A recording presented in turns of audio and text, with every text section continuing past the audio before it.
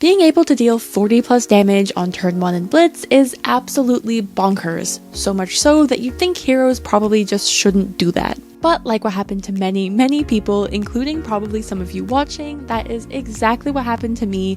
Not once, not twice, but 3 times before Zen reached Living Legend in Blitz. Seeing this insane power being executed on a regular basis at armories and Skirmish is what inspired me to make this video in the first place. So if you like Flesh and Blood, trading card games, or just need something to fall asleep to or put on in the background while you're working, welcome to my channel. I am so glad that you found my video. Also, a disclaimer, I am absolutely by no means a pro. This whole video is basically just my experience and things that I saw online while Zen was popular. So if you disagree with anything, please feel free to leave a comment below. Flesh and Blood has one of the most unique card rotation systems out of all of the trading card games on the market.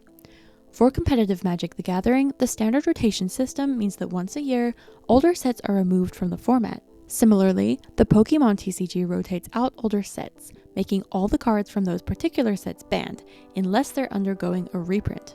On the other side of this is Yu-Gi-Oh!, which never sees set rotation, and even this comes with a huge amount of online debate.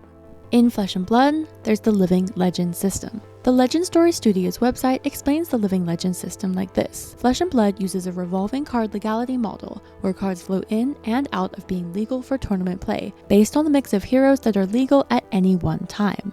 A hero stops being legal when it has attained Living Legend status, but will remain legal in Living Legend format. A hero attains Living Legend status by earning Living Legend points, which it gets every time it wins an event. Different types of events, of course, have different numbers of points. For example, if a hero wins a Skirmish, it will only gain 5 Living Legend points. However, if a hero wins a Pro Tour or a World Championship, it will gain 100 points. Now, of course, I'm talking about this for a reason, and the Living Legend system is where this video is going to end. But it's a bit of a ride, so buckle up in the meantime. Zen was revealed on March 22nd, about a month before the release of Part the Mistveil. Now, I was actually in Japan at the world premiere for this, and here's a picture of me with my first pull. You can see it's just a cold foil Marvel Rising Sun Setting Moon, but at the time, it was the best pull of my life. I just thought it was amazing. I also pulled one of the first gold packs ever from my prize ticket box, and yeah, fantastic trip. Anyway, talking about this because of the short timeline. Part the Mistveil was released on May 31st, and players were gravitating towards the Assassin, new. Coming into a relatively Guardian heavy meta, being able to play your opponent's blue cards from their graveyard for free was just stunning value. I've got to jump in here. The feeling of swinging 8 and then making a slither and then swinging 8 again and then undertow stilettos and then 8 again, dominate as an assassin is unmatched. It is an amazing feeling. Everyone just playing new isn't the entire and complete truth, and there's definitely a lot of nuance to it. But to sum it up, people were initially kind of sleeping on Zen. However, this didn't last for long. The Zen hype quickly grew as people started experimenting with different, increasingly powerful, and most importantly, more explosive builds. In Classic Constructed, Zen won the US National Championship on June 17th and the UK National Championship on June 26th. However, soon after this came the Great Bonds ban, aka the murder of Katsu. The LSS team decided to add both blue and yellow bonds to the ban list, leaving Ninja players with only the reds. As I'll explain later, pre-Mistveil Katsu was a pretty solid A-tier deck, relying primarily on a rare ninja card called Bonds of Ancestry. However, while this ban absolutely destroyed Katsu and much hope for ninja players of ever being able to play him again, it did not stop the rampage of Zen's increasing popularity. Zen went on to win more CC events, such as the Battle-Hardened Bali on July 23rd and the Battle-Hardened Sao Paulo on August 20th. On July 22nd, he also won his first competitive Blitz event, which was the Battle-Hardened New Jersey. All in all, Zen made the top 5 at over 30 competitive events from June to August, despite the Bonds ban. Let's step away from the history for a minute to talk about why Zen was so good that LSS started banning cards. In the early stages, a Zen that utilized Bonds doesn't seem to have been on LSS's radar too much. From what I can find online, LSS saw Zen as more of a mid-range value hero.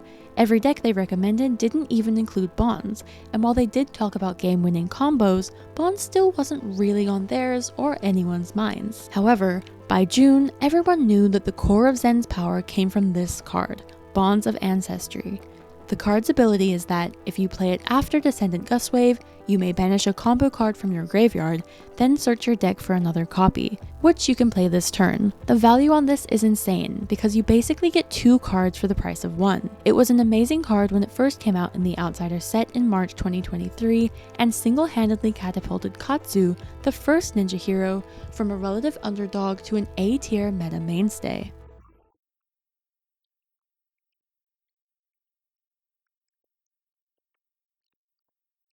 That's where Zen's ability came in. If you pitched 1 chi, you could just search for any combo card in your deck and play it, giving you instant access to the Bonds line.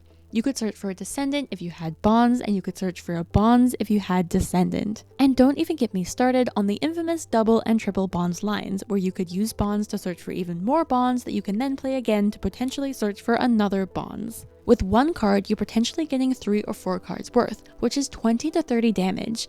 And this was so much scarier when Art of War or Ancestor Harmony got in the mix as well, which gives each of your cards +1 damage. So if you played 7 cards on the Chain Link, which Zen can do pretty easily even without Bonds and just using his Crouching Tiger tokens, that's an additional 7 damage. Another point is that Zen can actually cheat out cards that are incredibly powerful but costly through his Crouching Tigers. Staple powerhouse cards like Art of War or Enlightened Strike usually require you to give up a card to play them. However, on Zen, it's fairly easy to just use a Crouching Tiger instead. Because Crouching Tigers are cheap cards worth literally nothing on their own, Zen players are pretty much getting all of these amazing effects for free.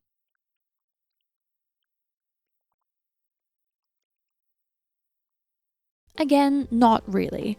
Back before Mistveil came out, ninjas were historically quite light on armor. Katsu ran about 4 or 5 points of armor depending on his chest piece, but if you got him to the point where he actually needed to block with those armor pieces, you basically had him on the ropes anyway. Pretty similar to Assassin. I'm usually on Azuri or Nu, so I'm used to running about 5 block maximum on my equipment.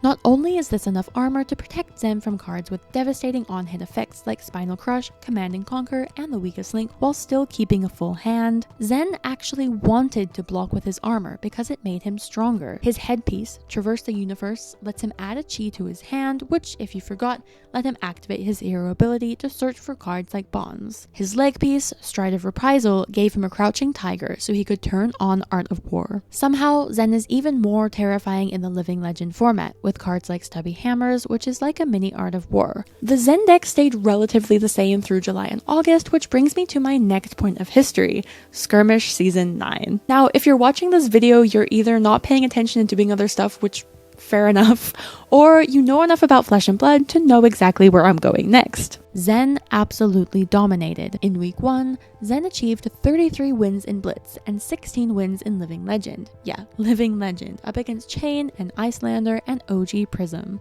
In week 2, Zen achieved 13 wins in Living Legend, but a whopping 60 in Blitz, almost double the victor who achieved 34. This truly is crazy levels of power and really shows the strength of Zen in these formats. I actually tried him for the first time in late August, and without knowing half the cards in my deck, without knowing the combos, and literally piloting it for the first time, I was actually able to win some games.